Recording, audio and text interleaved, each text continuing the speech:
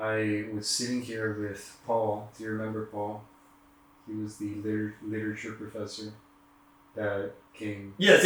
Yeah, I haven't met him though. Yes. Yeah, I was here with him. I was sitting here with him, and we were talking. I was telling him about this YouTube project idea, and I told him what we were doing. Basically, he loved the room. Thought it was really beautiful. Awesome.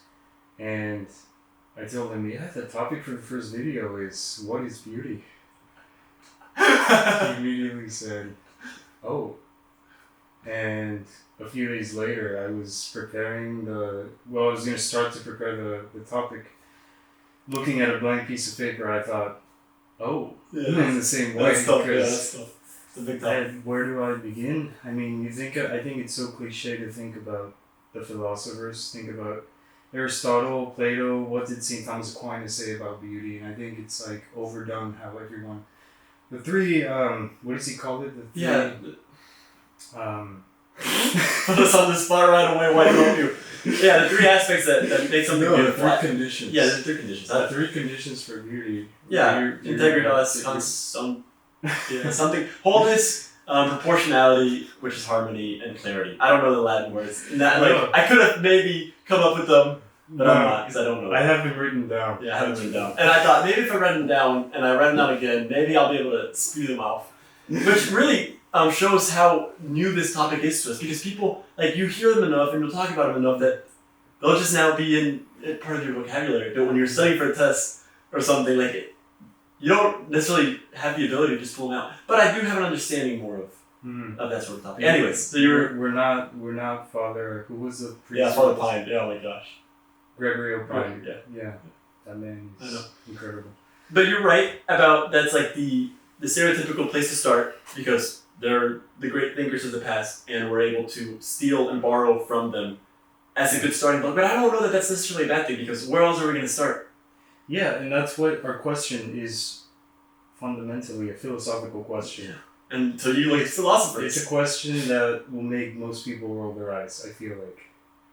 I think... Yeah, but I think it also comes up much more than we give it credit for. I mean, just us two have had this conversation at least 5 times for different reasons in different ways, and you have this without really even realizing you're arguing over a big philosophical question. Yeah. And you see this in society a lot, I think, too. Yeah. Well, it's very relevant today, that's for sure. So anyways, I thought maybe I could start with them, the philosophers, and I thought, that would be kind of cliche. So then I thought about maybe looking at the artists, because I think we have talked about this, how at least I'm more of the intuition, I guess, the idea that artists have probably an even greater, deeper understanding of what beauty is, because that's what they do. That's their life. They try to create beauty, or at least reflections of it, or beautiful works. That's right. So, well, you could argue that's what the artist's job is. Yes. Well, we part can of talk it. about Yeah, but we can take that's another conversation. It's a different conversation. So I thought that would also be cliche. So then I thought maybe I can just look up a definition, right? Yeah. So what is beauty? So Merriam-Webster. I realize this is the most cliche word. You went through the second 2 most cliches, and you found the third most cliche. This is the ultimate cliche. I think actually you're right. But I can justify myself, because I think it makes sense. Merriam-Webster, all dictionaries for the most part are usage-based, right? So the definitions in the dictionaries are based on the way that we use the words today. So I think if we're going to talk about beauty, I think it's important to talk about how we talk about it today in our modern culture. Yeah, and I'd be lying if I didn't ChatGPT what is beauty and see what it said. So I think it's a fair way to start. What did it say? Probably. I don't have it memorized, but I'm assuming it's very similar to So let me know if it's... And actually, I do know what it is, but I think it'll be too big of a definition to just spew out right now. We have to break it down a little bit further, I think. But go ahead and... Let me know if it's like the white Merriam-Webster one. I feel like it's probably going to be very similar. Beauty is defined as the quality or aggregate or group of qualities in a person or thing that are pleasing to the senses or pleasantly exalt the mind or spirit. Okay, that was good. It's very similar. Yeah. Was that kind of... The pleasing was pleasing? Pleasing was a big part of it, but it also reflected truth and goodness is kind of what ChatGPT said, which is funny because there are three transcendental values, and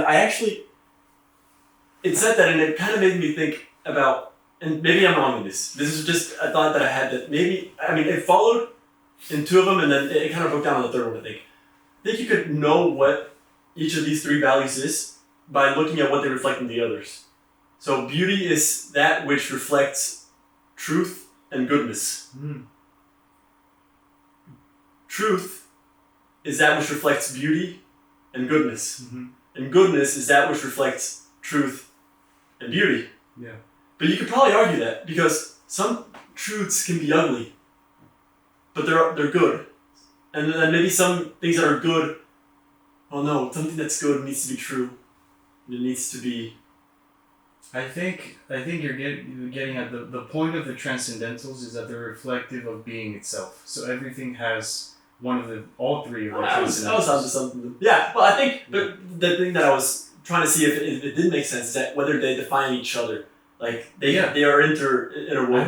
I don't know. Maybe not. It's hard for me to wrap my head around because I guess the transcendentals... But let's just start with beauty then. Like, it's for something to be the most beautiful, it's not going to be false. It has to be true. Yes. It has to have goodness. Yeah, I think that's what I'm getting at with all transcendentals pointing to being itself, to God. That's one uniform, one complete whole being. So therefore they're all kind of the same. They kind of blend into they blend together. And they're very different and they're distinct, and hopefully we can delve deeper into it. But because they are distinct, but they do blend into each other. And I thought, well, for sure beauty is for something to be beautiful, it reflects truth and goodness. I can see that very clearly. And I think I can also see how for something to be good, it has to be true, and it has to be... But no, maybe it doesn't have to be beautiful for something to be good, because maybe it could be... Yeah, no, I think if we're going with the framework... Oh, but I'm not sure if it's right. I'm thinking this through. I'm not sure if it's right. I could see that being the case, but I don't know. I'm not sure. Okay, but it doesn't matter, because this topic is not about goodness or truth, it's about beauty, and I think we can use goodness and truth to define at least beauty. So that's kind of where ChatGPT led me when I asked that, but it's a little different than Webster's dictionary definition, but it did say something about it being pleasing.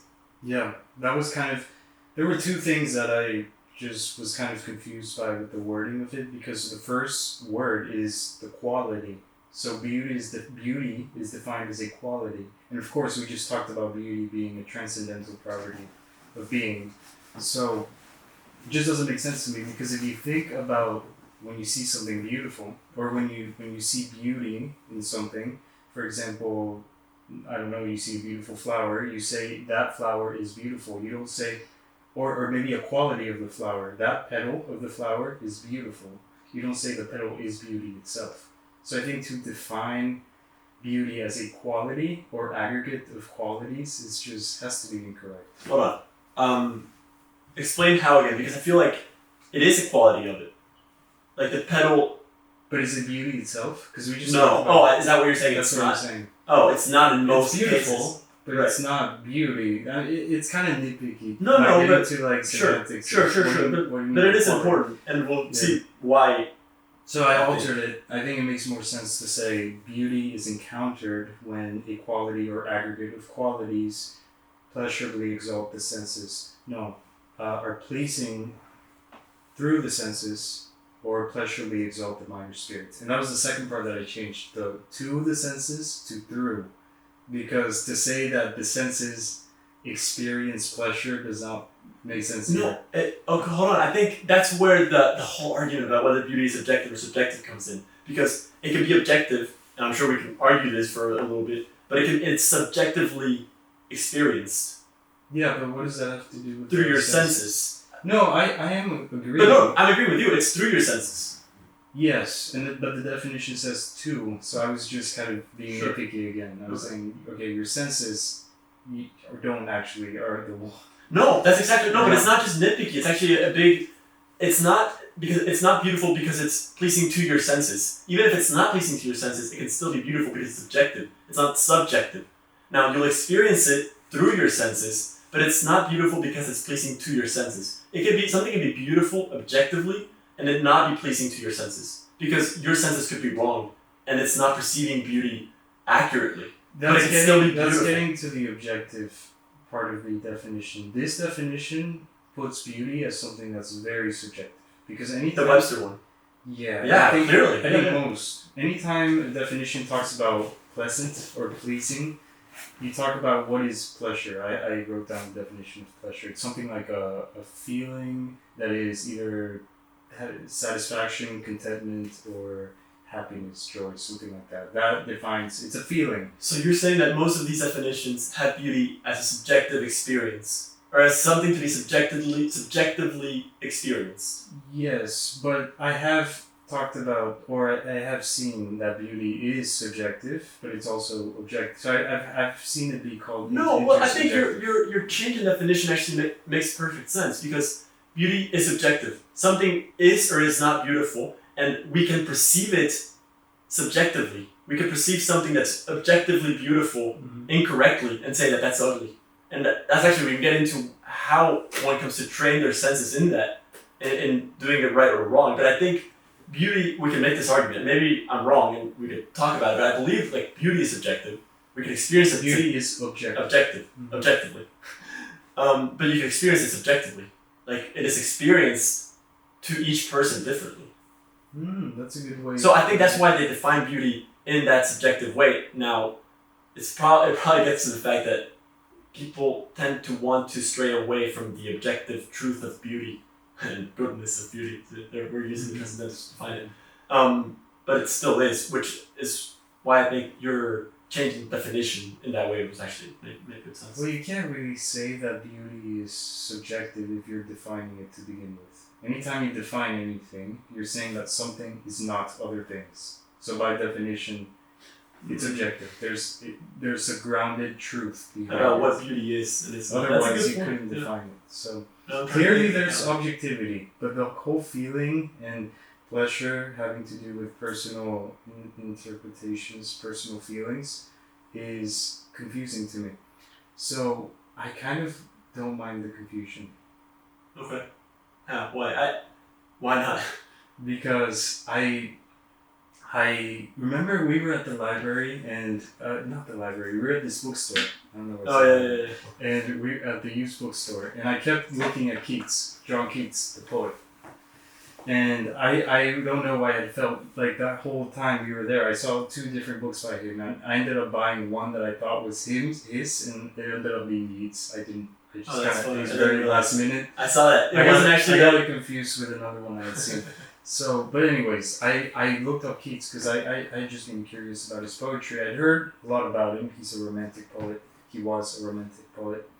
And so I was learning about him, and I saw this principle that he had. He died at a very young age. He was 24, I think, when he passed away. But he has the most beautiful, he's one of the most beautiful, famous poets. Romantic poets, for sure. But he had this principle he called negative capability. And when I read what negative capability was, the way that he defined it, it just resonated with me, because I think the whole philosophy approach, which is important and good, and I think it gets really fuzzy to me, and I don't know if I have the intellectual. I don't have the brain for it. I just get lost and I get exhausted from it, and I want to We're trying to define beauty through the philosophical intellectual approach. So you're kind of saying, that's what you're saying. You don't mind the confusion and the messy aspect of it. It doesn't have to be this and this and this, the way Aquinas might define it. Well, even Aquinas is really vague when he says beauty is that which when seen is pleasing. He uses pleasing, which again is very subjective. But then on the other hand, he uses objective conditions, symmetry, radiance, proportion, which is confusing because it's like he has both, and I just can't reconcile. I think you can. Well, okay, get back to how the poet. But let me just try to see if we can reconcile it, because I think it's reconciled by acknowledging the objective nature of beauty. Mm-hmm. Something is or is not beautiful regardless of my perception of it, but I can perceive it in a subjective manner that might be different than yours. So there are things that are not beautiful. Yes. I thought objectively. I thought that too, because I changed my mind, or I guess I changed my way of thinking about that, because originally that was one of the ways I wanted to prove objectivity, was saying clearly everybody in the world agrees that there's things that are not beautiful. And now you don't. You think about war, you think about abuse, like the worst things imaginable, right? Like those things cannot be beautiful.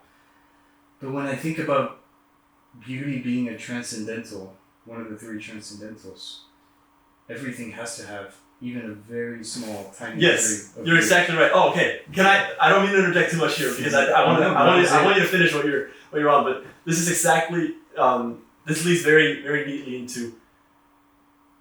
Look, I think beauty is present everywhere to some degree or another.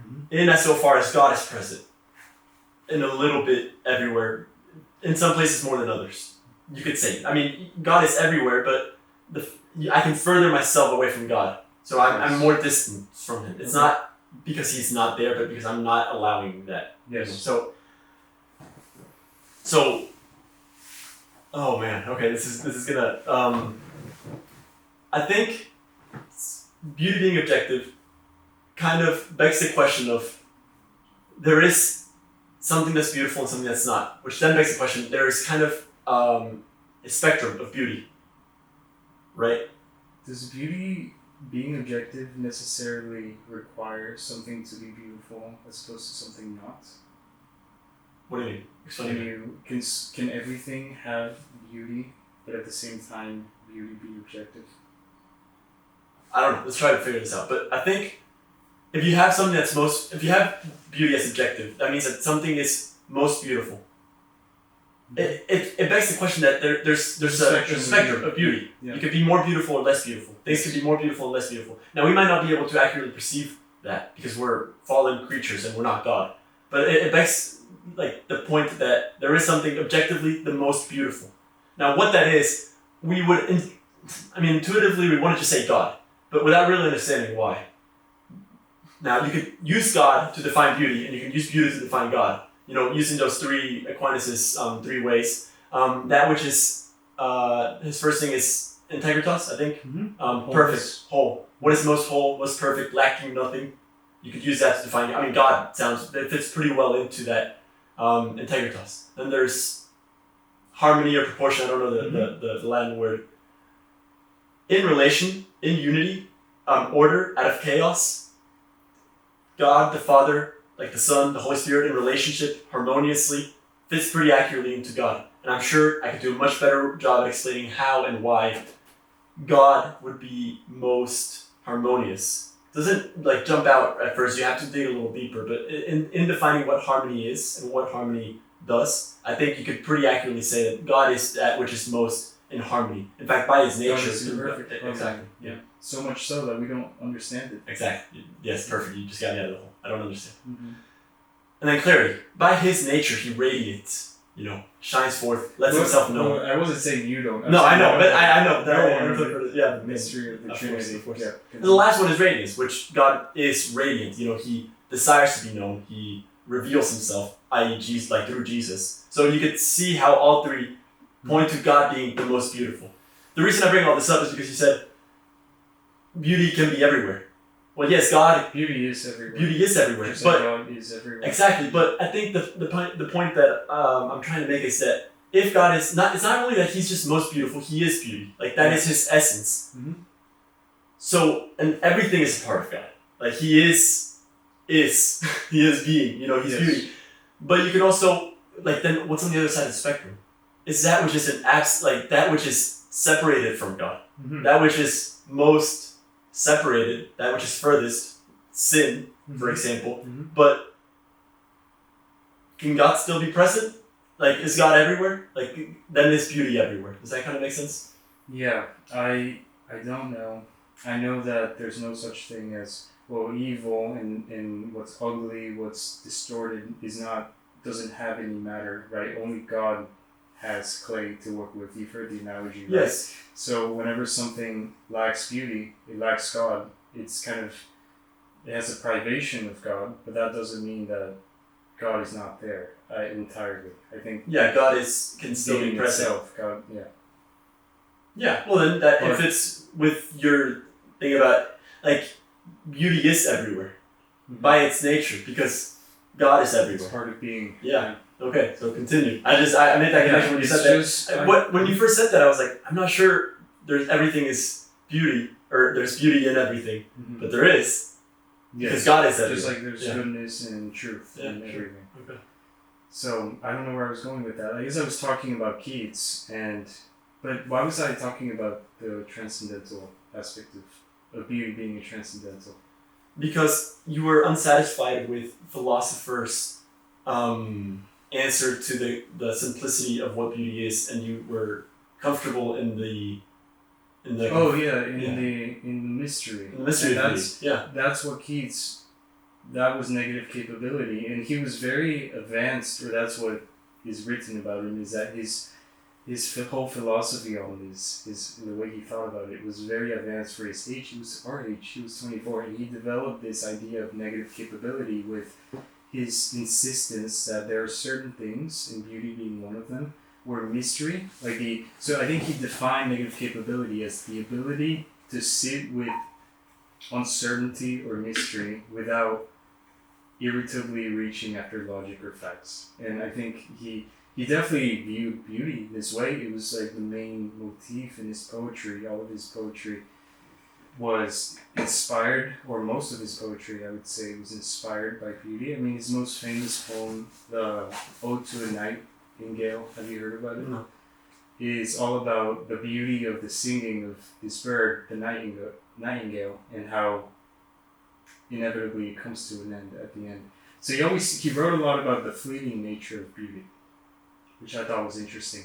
But I guess my whole point with Keats was that I just kind of was more at peace with that. And I feel like I like the idea of thinking that beauty is something that cannot be understood, but that can be felt. I think beauty at its best in art, for example. So the other week a few weeks ago, you were telling me about how much you were moved by Manchester by the Sea, the movie. Yeah. Can you tell me why you feel the emotions that you feel?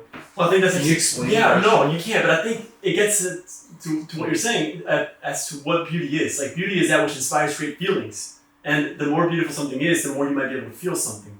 Mm-hmm. And not only once or fleeting, but, like, I guess one of the reasons that I keep coming back to it points, I mean, to the movie. Yeah, to the movie. The reason I keep coming back to it, I guess it just points to the beauty of it. Like the fact that I can keep rewatching something that makes me feel something so strongly over and over. Like beauty, something less beautiful, I might watch once, find that it moved me a great deal, but then it moved me once and that's it. Like the more beautiful something is, the more I might be able to keep coming back to it. It speaks to its eternal nature, I guess. Yes, but the movie does come to an end. The movie comes to an end eventually. So it's like another paradox to beauty. How, beauty is infinite. Beauty is God. God is infinite. Well, I guess the ultimate source of beauty is. But beauty in this world, always think of a sunset. Every sunset, the most beautiful sunset you can imagine comes to an end. Yes, there is something sad about the fleeting nature of beauty. But that which is most beautiful, or if the more beautiful something is, the less of that is felt. Like the more beautiful something is, the less it's felt. The less the fleeting nature of it is felt. Like something that is more beautiful will last longer. I guess what I was trying to say with that, like the movie, for example. What makes you think that? Because God is the most beautiful, and He is eternal. And also, think of like the most beautiful art that we see. Like it is preserved and is felt through generations. That points to its beauty. Yeah, I think we're talking about separate things when we talk about the lasting effect of beauty, being able to rewatch a work of art versus just the actual finite the work of art is. The fact that you can rewatch it over and over again, but I think I'm just pointing to the fact that it does come to an end. And yeah, you can, it's kind of like... Yeah, no, I can understand. It comes to an end. Yeah. So, I just fear that can lead to despair. And I don't think that Keats interpreted it that way. He saw beauty as... I like to think about the most beautiful art that we have. Think about the most beautiful artists who created these masterpieces. And oftentimes their lives were the most tragic lives that Right. we just then go, for example, what a sad life that he lived. Why did he create such beauty? It's like with Keats, I kind of see he had so much trauma in his life as well. How beauty can be kind of an antidote to all of the trauma and sadness and sorrow. And he wrote about that like explicitly in his letters. How he has a famous quote that says, "Beauty is truth," which is actually relevant to the whole transcendentals. But what do you think about that? Did you come across any of that in your research? As beauty as an antidote to despair. Despair. Yeah. But ironically, also potentially leading to despair because of the fact that the great beauty. Well, eventually. that's funny you say that. No, that's not exactly where my thoughts led me. But I did think, can you idealize? Is that the word? Idolize. Idolize. Yeah. Beautiful things. Can you idolize beautiful things? Yes. Like, can exactly. you? You can. Like, yes. What? It's not always a good thing then to seek beauty or to want it. Like you could distort beauty. Well, I don't know if it's distort, but you can be deceived by, in the Bible you have all of these stories of beautiful women seducing. And oh, well, there it is. Yeah, you're idolizing beauty that exactly, can be deceiving. That's exactly right. Yeah. The reason I thought about that is because that one of them, like specifically among people, how you can idolize that, but also, for example, Whiplash, the movie. He's idolizing perfection and beauty, and there's real beauty in perfection in art, but he does that at like the expense of what's real, what matters, like love. Like there's some sort of like fight between like wanting beauty above everything, or can you not? Like could that maybe that's not a problem ever, and I'm misreading the movie or what you're saying. No, I think we are talking. You can be misled by following beauty. Yes, I think it can be a mistake. I was reading The Great Gatsby. Do you remember you read The Great Gatsby? Long time ago, yeah.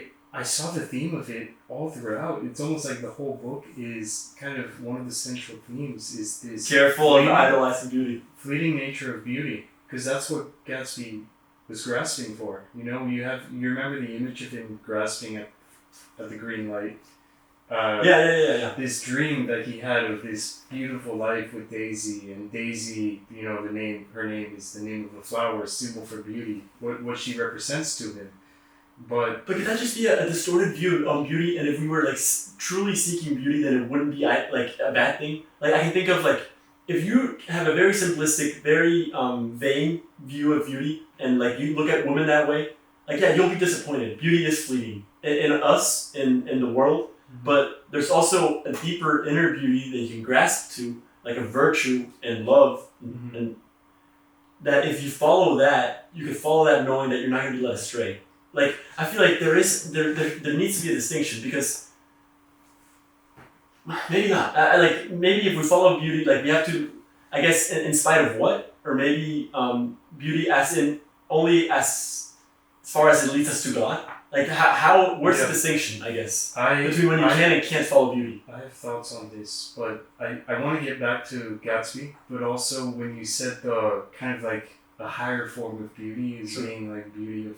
I think if you read Symposium, did you read Symposium? No, I tried. I didn't actually get to it. I read another Plato. I read a little bit of it, but I think at one point Plato, I guess through Socrates or whoever was the character, was talking about the higher form of beauty, being beauty of wisdom, or love. Okay. No, a higher form of love being the love of wisdom, right, and the love of beautiful things that are not superficial, I guess you would say, but deeper than that.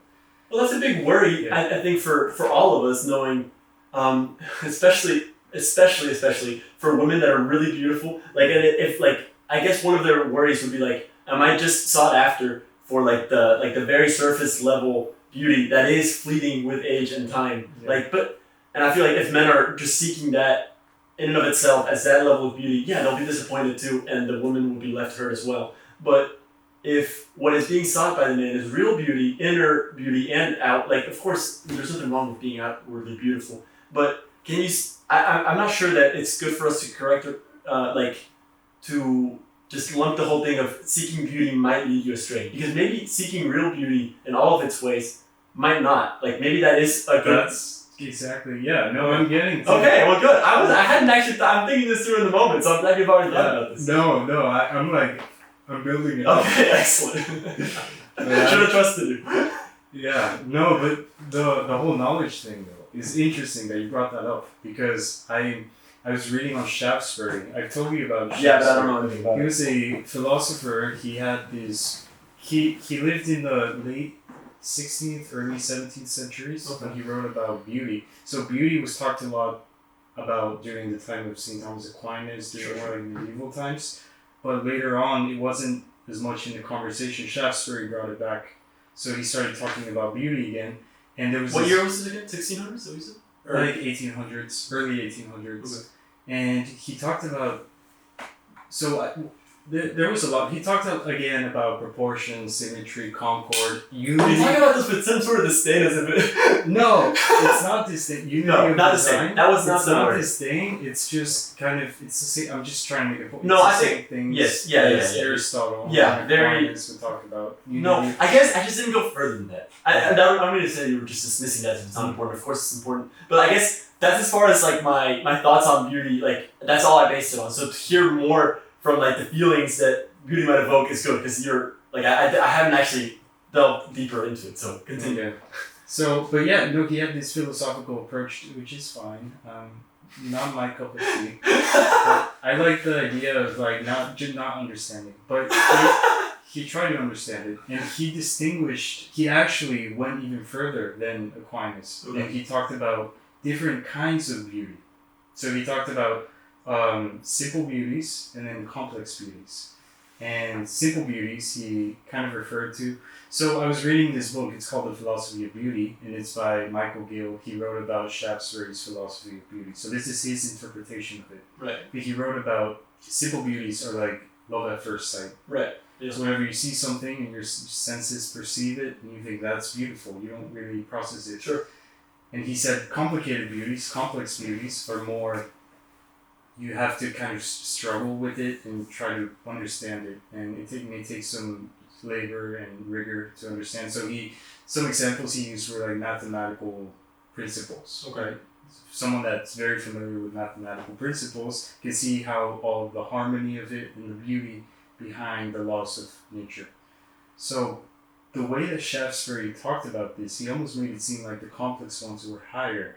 How he almost looked down on the simple beauties and said, yeah, love at first sight is actually... It's good or not, superficial. but like... Yeah, but this is a higher form of beauty, and I really took issue with that. Okay. I'm curious to see what you think. I don't know. Yes, but at first glance, at first thought, it sounds reasonable. Like, I love my wife not only because she's beautiful. Mm-hmm. That's not what I'm going to say. That makes sense. I don't only find my wife beautiful because of her outward appearance, but because of her virtues and her inner soul, So I would say that comes... But you're not reasoning. No, your but- wife. well- You're not saying she has these personality traits and she's very charitable to me. No, you just kind of intuit it. Yes, that's true. And you're right. I don't say, you're beautiful, and then I list of, why she's beautiful. There's beauty there. You know, but so I guess what you took issue with the fact that there's different levels of beauty. I don't like the claim that the beauty has a higher form in the fact that you have to kind of That's a good point. use mental effort to understand. Okay, here I'm gonna push back just because I thought of something that might contradict what you said. Not because I actually know that you're wrong. There's a beauty that can fade and a beauty that can grow. Yes. Like my wife will continue to grow in virtue throughout her life. I hope. Me too. I shouldn't use my wife as an example because she'll be more beautiful as every single day. But beauty, physical beauty, throughout fades, just genetically. Mm-hmm. But that doesn't mean that she'll be any less beautiful. In fact, I would say that she'll be more beautiful because I'm not just looking at the superficial. Yes. So if that contradicts what you said, then I disagree. I get that. I don't know. The thing is, right now you're talking about the specific example of It's hard to disagree with you right now. of a human person. Yes. Yeah, but I think that's what he was going with. Well, when saying what about simple beauties and complex beauties. I think human persons is a separate subject because Yeah, and you it have should- infinite worth as a human person. Yeah, and it also shouldn't be exactly. But you don't. Of course, I guess. Of course, it's superficial to say that. No, but that's also maybe not what he was referring to. Like with simple So beauty. he was referring to more like artistic, or I guess like natural laws, like the mathematical. So explain again how he defined this difference For between simple example, beauty and complex beauty. He draws another example for complex beauty in an architect or architecture, right? So if you walk by a building knowing nothing about architecture and you see it and you think that is beautiful, but if you were to go on a tour of it with a guide that would explain to you, this building, the way this is designed, it reflects the light this way, and then Okay, I completely agree with him. you agree with Yeah, I do. Because then, now that you see the building, you see the way that it's designed. Yeah, and I like your romantic approach to it though. You're like, screw that. I just want to recognize beauty. I think that makes beauty almost like it makes it like an academic thing. Oh, no, I know, but look, you study, like, this painting, for example. Why is it here? Like, tell us the story. No, of course there's No, meaning. but I also want to hear it, because you found more beauty once you understood it. Yes. I can look at this, But I don't know if we should get into it. There's a lot of symbolism behind the painting. No, you don't have to explain the painting, but I want to know why you were attracted to it. I was attracted to it more after I learned what it was depicting. If that answers your so that is kind of it. That is in line with the architect analogy. But you also were attracted to it immediately, and like you you found it extremely interesting. And before you were even like there is something very romantic about like just being drawn to a specific painting and like finding great beauty within it before even knowing why. That's exactly what I'm getting at. I could say that about this one. I don't really know. Like, I love this painting, actually. I guess you can't see it. It's a picture of St. Augustine. It's a beautiful painting. I know there's a symbolism with him holding the heart and pointing to, I don't know, the light or something. I don't understand it. I haven't studied it. But it's a beautiful painting. Yeah. And there is a simplicity and a beauty in the simplicity of just recognizing it's beautiful. I don't really need to know more.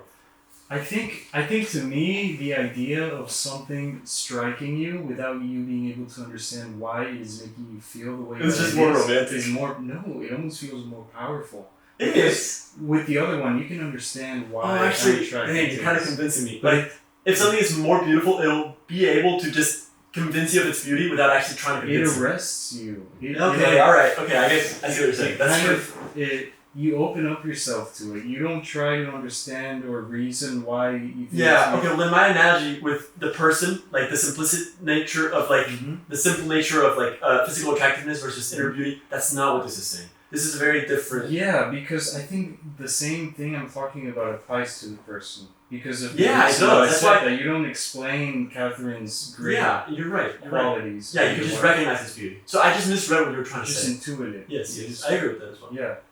So I took issue with Shaftesbury, and that's why Negative Capability by Keats and the way that he writes about beauty is so attractive. But I also see, and I don't want to discard Shaftesbury because I think that's also a kind of beauty. It's kind of like Dr. Keaton, Mr. Keaton, in Dead Poet Society. Do you remember when they rip up the textbook? It's like, you know what makes a great poem? Do you remember this scene? No. Oh, this is exactly. This is so annoying that you don't remember this scene. This is what I'm talking about, right? He was reading this textbook. Oh man, I'm gonna butcher the scene, but they were saying like a good poem would have this. I know nothing about poetry enough to be able to say what this textbook said. And then he's like, just rip it up. Yeah. And then he just goes on about like the passion that you feel when reading good poetry and the feelings that it elicits, and you don't have to have a mathematical equation to it. And you don't even have to understand. You don't have to understand it. Some poems are just beautiful and they speak to you. Yes. Yes, I agree with you. Okay, you changed my mind. In fact, I think T.S. Eliot said that good poetry. So any poetry, he says something along the lines of you never understand it first, but you feel the impact of it immediately. If it's good poetry. Yeah. Well. Okay, I'm gonna play devil's advocate one more time. But I guess it's a romantic thing because I have read poems that are beautiful and I just have no idea and I don't appreciate it. So. Yes, but yes, and I mean, good. Dead Poet Society is such a romantic movie, and it's like emphasizing that part of it, and that's not a bad thing. I don't think.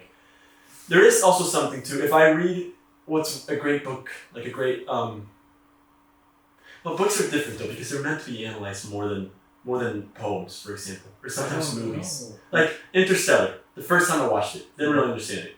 You maybe didn't need it, you didn't care. it's just beautiful. Like it spoke to like the feelings that you had. Like it just stirred something up in you. You don't have to understand it. Just feel it. Frustrated though. You would tell me like I was more frustrated by it. I would be okay with it, but that was your favorite movie. You're just like, I don't care. It's beautiful. I would try to reason with you though, because I know that was important to you. And I would say, yeah, but Christopher Nolan knows what he's doing. Like it makes sense. Well, and then he took that even further in the Tenet movie. That was too much. I know. He was like, just feel it. Don't even bother understanding. But I think there is something extremely romantic about what you're saying. About just, I don't have to understand why it's beautiful. It just is. I agree with that. Like that's true. But I just tend to appreciate it more when I understand it. Like when you explained, like this painting, I found beautiful. But once you explained it to me, I found it really beautiful. Mm-hmm. Like I think that's what I'm saying. So in the Webster definition, there's a pleasure to the senses, and then there's the also exalting of the mind, and that's what Shaftesbury talks about, the beauty that kind of elevates your mind and that you can understand, kind of grapple with. And I'm not discarding that. I'm just saying I think that to say that the beauty, the mysterious beauty that kind of changes you and moves you without you knowing why, and discarding it, saying it's inferior, I think that's a mistake. I agree with that, yes. So, Keats, in a letter he wrote to a friend, this is very relevant, in a letter he wrote to a friend on this, he said, "We hate poetry that has palpable design on us. Poetry should be great and unobtrusive, the thing which enters into one's soul and does not startle it or amaze it with itself, but with its subject." Just that exact thing we're talking about. It's about, I mean, if I understood that letter correctly, he's saying, don't preach to me, don't explain your beauty to me, just be beautiful. Yeah. And something that is more beautiful will just gather, and I think the things that have survived for ages are those that don't really need to be explained. Like, it's just like, people just get it.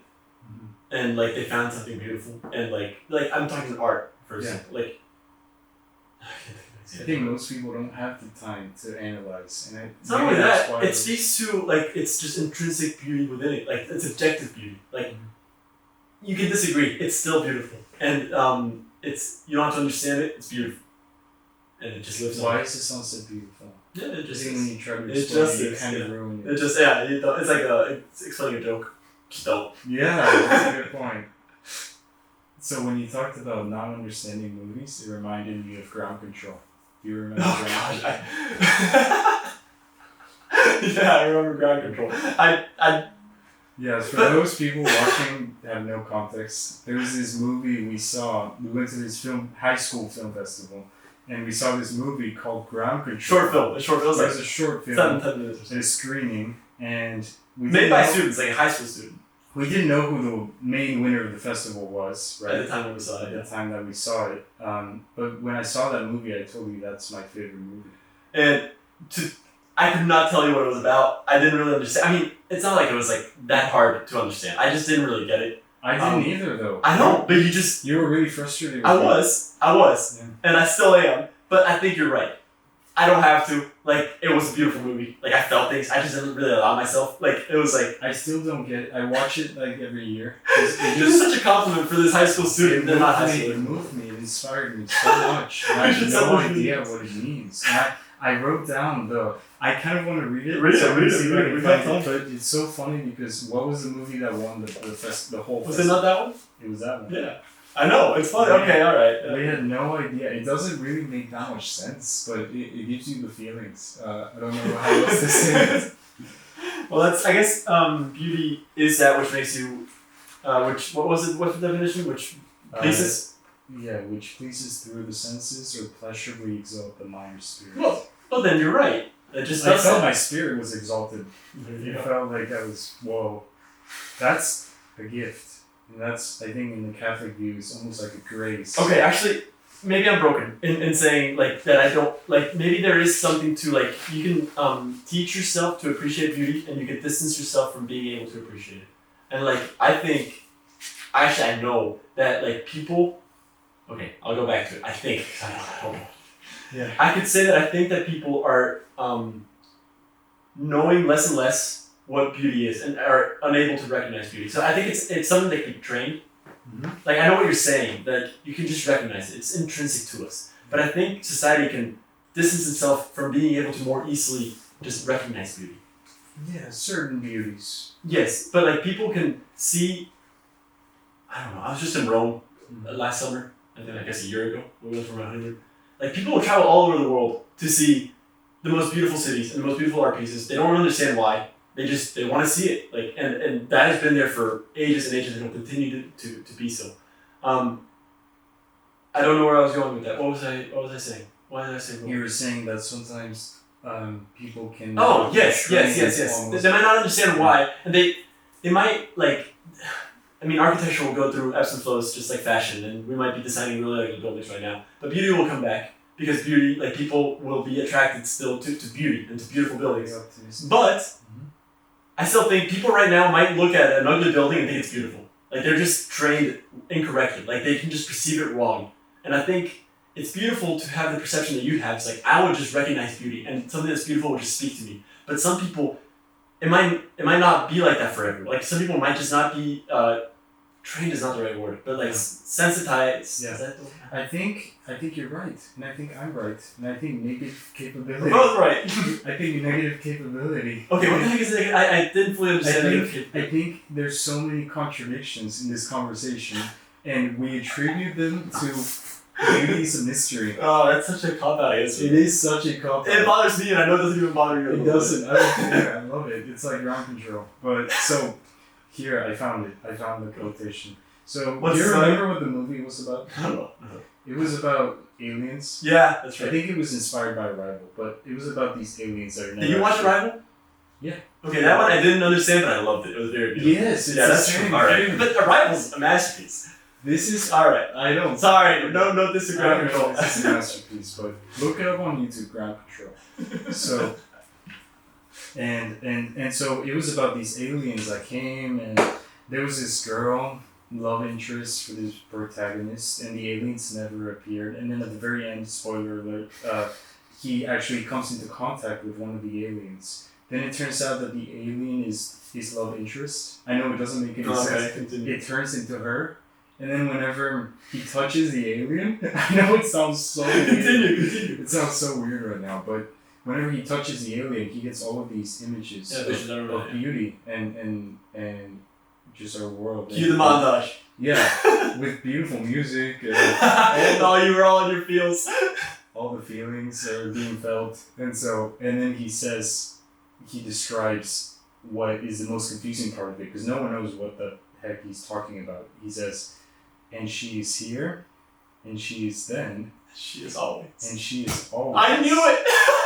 Because she was, and she always will be, because I was there with her. That can be beautiful. But it can also just be gibberish. You might be reading too much into this. This is a high school student. Like, I remember writing things like this thinking they were deep. What is he talking about? I have no idea. I think he's talking about beauty. Okay, maybe I'm not giving him enough credit. And maybe he actually thought she's the love interest. She's a symbol for beauty. Let's break this down, yeah. No, he's referring to she, yes. to her, yes. His love interest. Sure. His beautiful one. Right. She's here, she's then, she's always beauty, the transcendental beauty that it is. Maybe he was very inspired and he didn't even realize he was a genius, and maybe this is actually... I think this is actually a thing. Most great artists don't understand. Oh, this is so funny that we're talking about a high school film festival, short film, and you're attributing this to greatness, because you might, you're actually right. There's nothing, Yeah.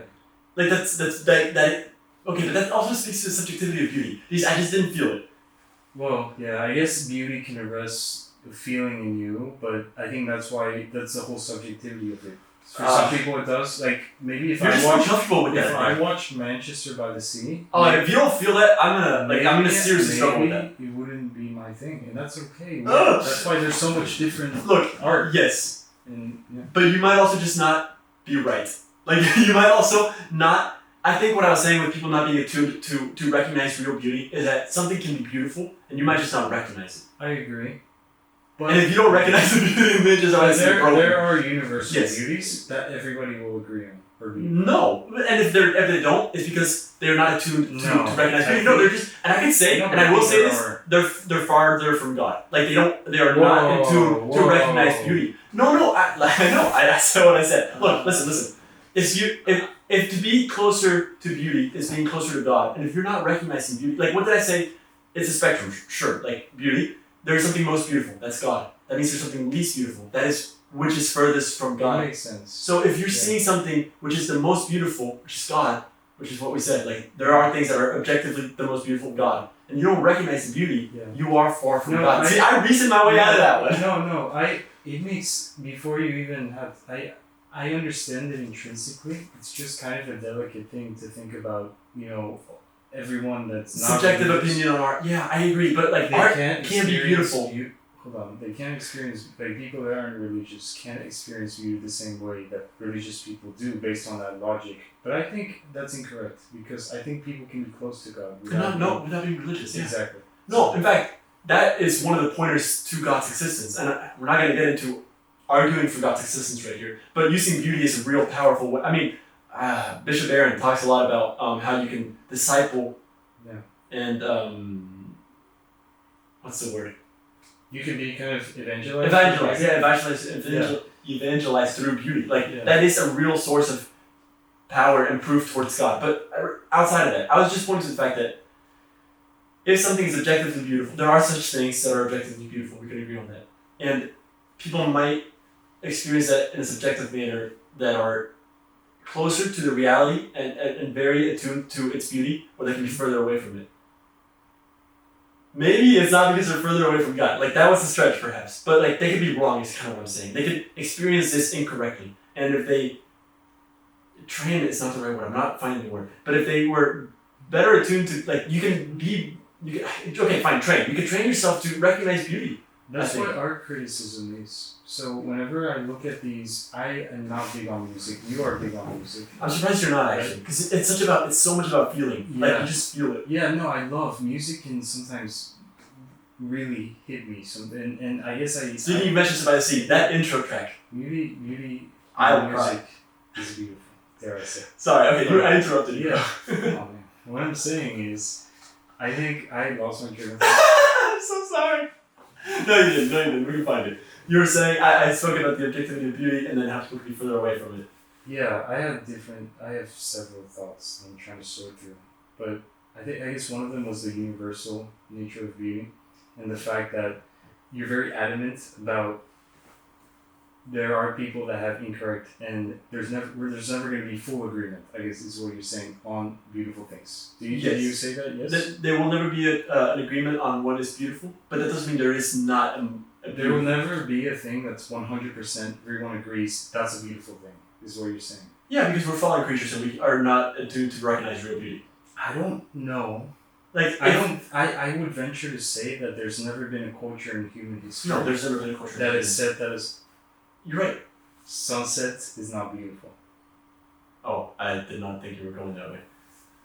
No, that's true. But, okay, so I guess people can't come to a consensus. I think there are some universal beauties. Maybe there's not very many, but I think that again, natural beauty, like a sunset, is one. Yes, but I can imagine a teenager living in the basement, that is just so in attitude with reality, that just will not find that beautiful. Yeah, no, I think there's exceptions to everything. No, I know, but that's my point. That if he was in better accordance to his nature, he would find that beautiful. Yeah. So, anyways, the whole thing about music criticism that I was talking about, how you can train yourself, as you were saying, to identify beauty better. That's what Shaftesbury, because he was a huge defender of art criticism. When a lot of people say that maybe the critics actually ruin the art because then they extrapolated and try to make it an academic. And you start doing that. It's good that music critics exist. Yeah, so that you can fine tune your taste. So because when I look at these music critics online, they talk about all these things, and I don't like the music at all. But they're explaining it in a way that's like, this is the most amazing thing ever. Do you find yourself enjoying it more after though? Because you know what to look for. I don't care enough to try. So you're anti-art criticism? No. I don't know. I don't want to get into No, but slightly. I don't have an opinion yet. On music, okay. Later. I think, yeah, sure. But I want to get back to the evangelizing aspect, because that's this whole time. This is what I've been trying to build up to. Okay. Right. how's the camera doing, by the way? Is it good? I didn't restart the timer. It's been more than 30 minutes. We don't have a recorder, and we're like, dang, bro. Okay. having to. Do you want to explain? Yeah, well, I already did. Okay. We can cut it if we want. So, the evangelizing. No, hold on. The evangelizing people. So, that's Dante. That's Dante. Yes. You also can't see that shot. It's a picture of Dante. Yeah, a painting of Dante. Yeah, sorry. So, Photograph. yeah. That's what he gets to. That's his whole thing, is that the salvific power of beauty. And I think... Where? In what work? I'm not familiar with Dante. Like, so Dante's first work is called La Vita Nova. And it translates to the new life. And it is about, it's like a kind of a biography. And it goes through all the different scenes with, the different encounters he has with Beatrice, his muse. But she's actually a symbol of the divine beauty for him. And he talks about her. He writes about the first time that he saw her, how that's why it's called the new life. Because the first time he saw this symbol for divine beauty, he knew he would never be the same. He had a new life. So that's what the whole Divine Comedy is about. It's about Beatrice, again, the same muse that he uses in Vita Nova, leading him through all the stages of hell and purgatory up until heaven to see God himself. So Dante's whole thing is that beauty ultimately points to God. And we got there. yeah. So I think that's crazy. it's a mistake, yeah. We could talk about that for a whole video. Well, no, you don't want to linger on that. How beauty points to God. That is what beauty is for. You can make a case like that is beauty. Beauty is like a huge neon sign that says, God is there's more of this. Stay tuned. Ultimately, you will have all of it. It won't be fleeting. I think I spoke too quickly when I was trying to compare God and beauty. Like I didn't study this enough to be able to speak about it fluently. Like I feel like I'm just bouncing around the ideas of like what makes something beautiful. How does that like tie into God? But like we could really, really spend a lot of time into like the purpose of beauty. What is beauty? And like just like the answer of like just God for the greater glory of God. Anything that's beautiful is for the greater glory of God. Like beauty is God. God is like just it. He is that which is beautiful. It's not that he is the most beautiful. He is beauty. Yeah, the truth goes back again to the transcendentals. Just the transcendentals here are all part of God. They're made to point to the ultimate source of beauty and goodness and truth, which is God. So I think Dante just writes about that so beautifully, and it kind of makes me think of Keats and even Gatsby, because that's what I've been reading. You know, there's only so much. I know there's countless examples, but I think of these two because it's what I've been reading. And I think about, it almost seems like they just stopped at the beauty. And I think about the Merriam-Webster definition, the whole exalting of the spirit part. That's what? Very religious language for I can't believe they used that secular first. definition. They also didn't say to like it points to something. What is it pointing to? Like get all the way there.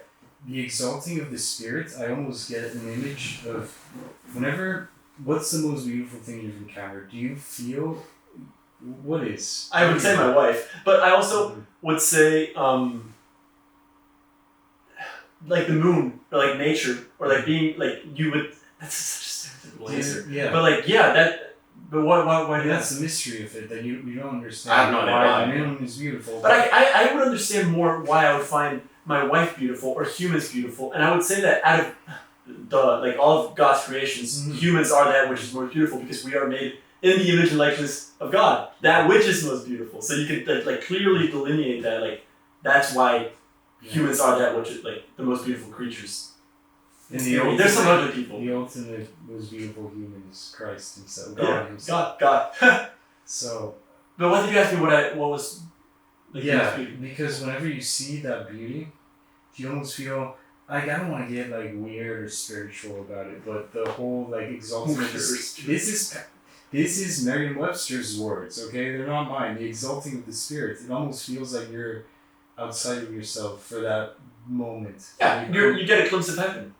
Yeah, you get a glimpse of like a mystery of something. So you're just not putting the words to it. Like you're putting the words in Webster, like they're like clearly pointing to that. In fact, just the language speaks to exalting your spirit, is that what it said? Yeah. To what? Like, it's like begging the question. When I think of exalting of the spirit, I think of like just because I guess I'm a visual person. I see my spirit kind of exalted above my body, and it's like I'm in this moment, like gorgeous moment of seeing something beautiful and experiencing it. And I think the whole point of that experience is so that you're in a better place to look up. Oh, that's beautiful. And it also speaks to the fleeting nature you were talking about. Because we're on We're earth. gonna come down. Yeah, we're on earth. Like, we're still not in heaven.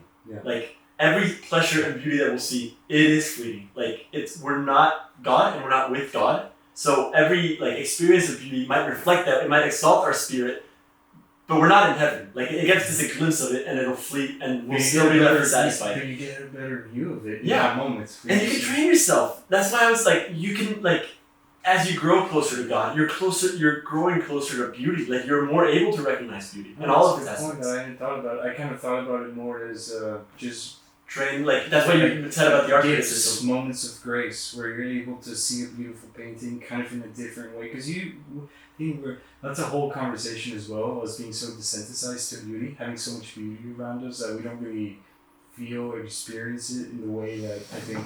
Oh man, I'm not sure, because I think if something is truly beautiful, you can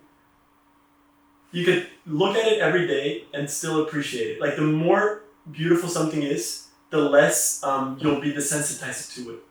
Like, real beauty, you won't be desensitized to. Like, every single time you walk into this room, every time you walk into this room, you appreciate it. Like, you will not. Like, it's just like I think you can become numb to it if you let yourself become disappointed. Oh man, but then it's just so sad. But that's if you let yourself become, and that's what Daisy is. Okay, I guess that's true. The Great Gatsby. I could see the husband of a really beautiful wife just growing desensitized to her beauty.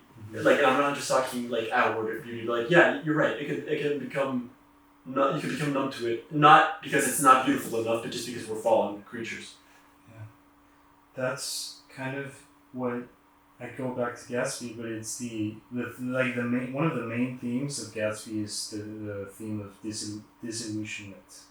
Disillusionment, that's right. So it's being disappointed by things of this world, like the whole high class elites, wealthy people like Tom and Daisy. They're kind of numb to all these things. So then you have someone like Gatsby that comes from more humble beginnings, that has all this hope and all these dreams, and who still hopes in beauty and grasps for it. And I think that's a beautiful thing. I think beauty is hope. Beauty is hope because it gives you a glimpse of the ultimate goodness and truth and beauty. So I think that's beautiful. The idea of the exalting of the spirit and getting a clearer view of what's above. The problem is when you don't look above and where you just concentrate on the beautiful feeling. So that maybe where the idolizing beauty. Yeah. Can be the danger. Like, if you're just focused on beauty for beauty's sake. No, but beauty for beauty. Like, there is something beautiful about just making this room for its own sake. Like, it could be just white walls, no art, no bookshelves, and it's fine. But you did it for its own sake, for the beautiful sake. So it's not necessarily but I feel like danger. 10 years from now. No, we'll appreciate it. I think you're onto something. You're onto something though. I think. Oh man, I don't know. I'm not sure. No, I guess I'm not. I don't think so. Well, yeah. Gosh, Matt, in Pints with Aquinas was talking about one of his most beautiful experiences. I was listening to one with Father Gregory Pine. Is that what his name is? Yeah. He was talking about one of the most beautiful, one of the times when he was most happy, seeing a beautiful sunset. It was just not enough. And he knew that. And he was like, "This is the happiest I've ever been." And then he got a second thought, and it's it's still not enough. And I was like, that's where it's pointing to that longing for God, and St. Augustine's quote of "My heart is restless until it rests in you." The beauty will point to it, and we might get a glimpse of it, and yes, we will still be left dissatisfied because we're still here. We're not united. But we shouldn't be left dissatisfied if we understand that it's meant to point to lead us to somewhere great. Yes, but I'm sure you can. We might just be talking in circles because I know that I agree with what you said, but I think we're talking past each other. I think because we will never be satisfied in this world, with whatever beauty is available to us for us to perceive, because it's not we're not fully united with beauty with God in heaven. We can't be satisfied. Yeah, I'm not saying that we will ever. I'm saying that if we learn to not stop, to kind of put it in its place, beauty is not something I'm going to idolize. It's something that I'm going to love and appreciate and experience without making that the end, without making that the end all be all. Yeah, and I think we just got caught up in the like beauty for beauty's sake because it sounds like that, but I do think that there's great value, even economical value, though someone I'm talking about, in just making something beautiful, just for its own sake. Like, I think people, like, they might take the cheap way out and build an uglier building because they don't see the utility in beauty. Mm-hmm. But there's something beautiful about making something beautiful just for the sake of it being beautiful. That's why I think we got confused, because you were saying, like, yeah, it'll leave us dissatisfied. That's the only reason we're seeking it. Like, but I guess it's like, but then why? Why seek beauty? Like, what will leave us satisfied if it's not just for its own sake? No, because it is pleasing through the senses, and beauty is almost makes you happy. Beauty, walking into this room, this beautiful room, makes me happy, and I'm not discarding beauty. I'm not saying there's no point to beauty because you're going to make an idol of it. I'm just saying you shouldn't make an idol of it, and I think beauty is... I guess there's a danger to it, to making an idol out of beauty, because you treat it as God. Yeah, or you which inevitably leads to despair because you just realize that it doesn't fill you. It doesn't fulfill the promises you thought it made. Sure. Yeah, earthly beauty is still only earthly. Like, it's still here. Yeah. What else you got? I think that was most of it. What about you? I don't know. I think we talked a lot about one of my notes here: the danger in idolizing beauty, and I have talking about Whiplash. But I think here I read 1984 a few months ago, and it's such a bleak world. Like, there's such an absence of beauty, and the people just inevitably, like, when it's just shoved down your throat, like ugliness is, like, you lose a sight for beauty. Like, you start getting it distorted. Like, ugly things will become normal. Like, you can make something that you think might be beautiful, that you think might be ugly, and it's actually just beautiful. Like, there is a danger in that, and we can, like, through bad decisions, move to that, and society can move to that. Like, there does need to be, like, not only an appreciation for beauty, but I guess an acknowledgement of its importance and the dangers in its lack of. Does that make sense? Yeah. Do you see that? Like, yeah, I think it overall, I've shared with you what I heard, I don't know where, but the saying of kind of when you walk in a room, it either lifts your spirit or brings you lower or lowers you.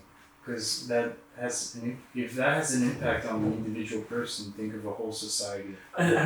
God, that's why we have beautiful chapels and cathedrals. Like, that is the reason for it. And you see, I hate to talk down about, like, churches in today's age. I feel like it's so drawn out. Like, people keep hitting on, like, how ugly churches can be now, and, like, in strip malls and stuff. And, like, thank God people are worshiping wherever they're worshiping, But I think because it's expensive and there's no ROI to it necessarily, you would think at first glance at least that there's no economical value in beauty, which for one there is. Just look at Rome. Like, it is wealthy because of people flocking to it all over the world to see its beautiful, like, its beauty in its city. But at first glance you might not think it, but it's what you said. Like, you could walk into a room and it lifts your spirit to God, literally, as you walk into a cathedral. Like, that's it's supposed to inspire that, or it can, like, bring you down. So I think that's where the beauty in architecture is. And I'm not an architect, so I can't appreciate it enough. But you can. But also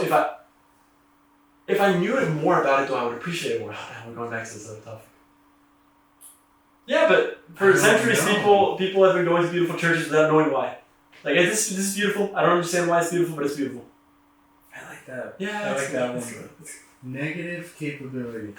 I am a fan. Keats, thank you. Very affirming. So, what about Indigo Testament? Isn't that a story about beauty, like leading you towards the good? Yes. Now tell the people what Indigo Testament is. That's exactly right, actually. There's a short film that we made in high school, and it's about this this guy going down the wrong path. going down the wrong path, and then he encounters this lady, this girl, and she kind of brings him back to the right path. She's a beautiful lady. Spoiler alert. And he's very attracted to her. I think they do end up dating. So she's kind of a symbol for beauty, and that's what she How does. beauty can lift you out of sin. Yeah, that's true. But We're so smart. But what's interesting is that I had no idea what I was doing. Like, right, that was what I was writing. But at the end, he doesn't even end up with her.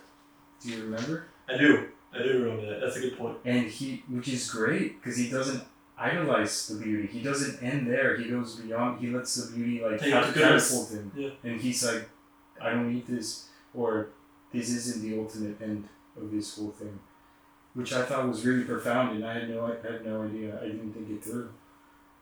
I like where your head was at. I'm sure if we came more prepared, we could argue about whether.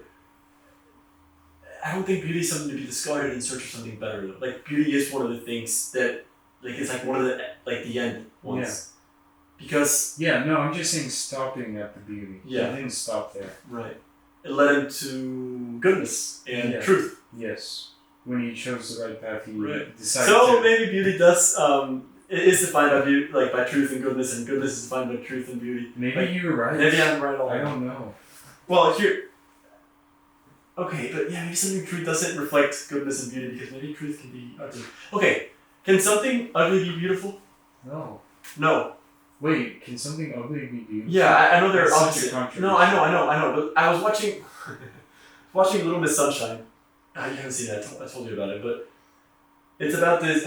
Okay, I don't want to delve too much into it. It completely kind of shattered my perceptions of beauty, because I believe beauty is subjective, and it centers around this dysfunctional family. Going on a road trip for this little girl wants to join this beauty pageant, and it's kind of like, it's such a beautiful movie though, and I found the girl so endearing and so beautiful, and I think it actually didn't shatter my perceptions of beauty. It deepened them, because it really helps you not see beauty as just a superficial element. Like, beauty is more than just the flat beauty pageant thoughts on beauty. Like, there's such beauty in their dysfunction, because there's love within it, and there's harmony. They find harmony and they find how to work together. I mean, the characters are all messed up in a myriad of ways. But I found real beauty in that movie, and I'm like, okay, but they're so messed up and they're kind of ugly, like just the family. Like it's like they live in a kind of ugly house. They're driving like a beat up van. The girl is not I love her. She is so beautiful, but she's not the conventional beauty. Yeah. I guess. So I found myself contradicting with myself. I'm like, I should be more objective about this, but there's some real beauty here. And that's why I asked, can something actually be beautiful? But I think, no, but maybe. I don't know, what do you think? I think it's fuzzy. I'm not going to say negative capability. I'm done using that cop-out, but when you described that, the whole mess of their situation being beautiful, it reminded me of, I always go back to short films, but remember the one that we saw that really frustrated you when you saw that this was the winner for this high school film festival? I'm still wondering about that. Can you describe it? No, I don't remember. So it was about this girl that was in this white room, just white walls all around, and she was drawing these paintings of a bird, right? And every time she would finish the painting, a red light would go off. Do you remember? Yeah, I remember. Wrong, do better. Wrong, not there, yeah. Yeah, do better. So she would scrap that and then start a new drawing of another bird. And again, she would finish it and red light. And this happened many times, to the point where she got angry. And she started throwing all the paint around the room, the white walls, just having a fit of rage. And then finally the light turned green with all the walls. I hate that. What does that mean? The room itself was the artwork, the whole mess, and okay, that's true. It was really frustrating to us because it was such a simple concept. With one actor, no different camera angles, and we had gone through this whole mess of making a short film that was way over our capabilities as with our budget and our talent. So it was very frustrating to see something like that. But yeah, you're right. That there's real beauty in that. So that's kind of similar to what it reminded me of that, because it reminded me of the whole. Okay, why do we find tragic stories like tragedies or or sorrowful music beautiful. Well, I guess that's why I find Mansions by the Sea beautiful. It's such an ugly moment in someone's life. It's about someone's death, and it's so sad. It's gut-wrenchingly sad, but it's so beautiful. It's one of the most beautiful movies I've ever seen. I think also because it reflects real truth. It's so honest. It's so raw and honest, and I think it just points to truth. So and truth has beauty. Yeah. So but it's so beautiful. But I think going back, I think you can almost justify using the Webster definition of pleasing through the senses, pleasantly exalting the mind or spirit. Because pleasance, pleasing, I think is defined as a feeling of satisfaction or joy, or one of those. Satisfaction is one of them. So I think that can be satisfying in a weird way. That's true. Because there's kind of empathy to that. There's human dignity. There's kind of an understanding. There's pity. There's all these human emotions that you're feeling. That's kind of cathartic and satisfying. It is. Yeah, and that can be beautiful. Yeah. You said something about it being pleasing to you, beauty, in the Webster definition. Do you think it can be? I know we already talked about how you can maybe corrupt the pleasing nature of beauty and how you can idolize it. Where's the balance between me and Catherine Catherine's my wife? We were driving through a really nice neighborhood, and we were looking. They're beautiful houses, and she's I'm not sure. If we had this sort of money, we would want to live in this house. It's a little much. They're flaunting their wealth a little bit. I'm yeah, that's true. And at first I agreed. I'm yeah, it's a little much. I think. Then I'm they're also beautiful houses. And then I thought, the Pope lives in this really elaborate, really gorgeous. Mm-hmm. House, it's the Vatican, and the St. Peter's Cathedral. Can we flaunt beauty in a negative? Where's the line? Do you know what I'm trying to say? What would you say to that? That's you don't put me on the spot with no. Well, I don't know what I think. I don't think I would say you should not. If you don't have the means, I think it comes down to prudence. Okay. Yes, but I think a more not a simple answer, but I think there's nothing wrong. I don't think with churches being putting a lot of resources into beautiful churches. Yeah. Why? Because they lift are a reflection of heaven. Yes, and they lift your soul to God, and it's for the greater glory of God. Yeah. But you want to live in a beautiful home. You want to make your home beautiful. Now, you don't need a lot of wealth and money to have beauty. But if you do, is there something morally wrong with using it to create a beautiful mansion? It just seems counterintuitive because you're okay, be maybe a little bit more prudent with your spending. But what if you want to have a beautiful fountain? Fountain's gonna be beautiful, and a statue. It seems like I'm contradicting myself because I find great beauty in that, but I also feel okay, I wouldn't actually commission an artist to have a statue in my backyard. If I had ginormous amounts of wealth. You know what I'm trying to say? Yeah. I don't know where the balance is with that. I just want to see what you thought. I don't necessarily have any conclusions. I guess it's just AMDG, for the greater glory of God, beauty is for that. As long as you're doing, if you're having... Your house should be beautiful. Your domestic... Yes. Life should have beauty. And it comes down to prudence, to how much you spend on that. Yeah, I guess it doesn't need to be a monetary value, but I guess having money can allow you to build great works of art. Or film great works of art. Or so I guess it's not necessarily a bad thing. But you said something that reminded me of something. You should live in somewhere beautiful, or you should make your home beautiful. Yeah. I want you to talk about this room, because it was such I think this whole channel, this whole conversation, this whole topic came at least for me very related to if we hadn't started building this room, we wouldn't be doing this, and I wouldn't be we wouldn't have had this conversation. Yeah. And I think there was a real sense within us to try to make something beautiful. This was just a garage. With a garage door and white walls, and you wanted to make it beautiful. Why? There's something I don't know. I want to talk about it. I don't know either. I think. I guess you just don't think about it. You do it because it's beautiful. Maybe I'm thinking about it. We were talking about this earlier. I don't know when was the moment where we decided we want to make this as beautiful as we can think of with the space that we have. I think it just kind of naturally progressed, developed over time. I mean, originally the whole vision of this was just a nice place where we could smoke. Not even nice. We just wanted a place we could smoke our pipes or tobacco indoors. So okay, maybe that's turned from that into, well, if we're gonna smoke indoors, we should make it classy. We should make it feel beautiful. Yeah. And I think I took art history classes in college, as you know, and there were many paintings that I thought were beautiful. This one was among them, and I was very passionate about them, and I don't know where the whole idea of these videos. I knew that. Yeah, you're right. It's kind of a long story. I have no idea, but I guess I'm happy that we wanted to make something beautiful, and like there's no real reason. But I like how you just work. You're like, I want to make it beautiful. I don't really need to think about why or what makes this beautiful. Yeah. Just is. Yes. Deal with it. And maybe that's beautiful. Yeah. We are attracted to beauty. Yeah.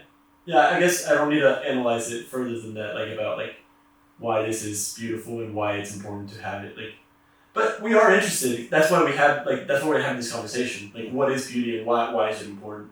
But I like the messiness of the way you're like it doesn't bother you that you don't.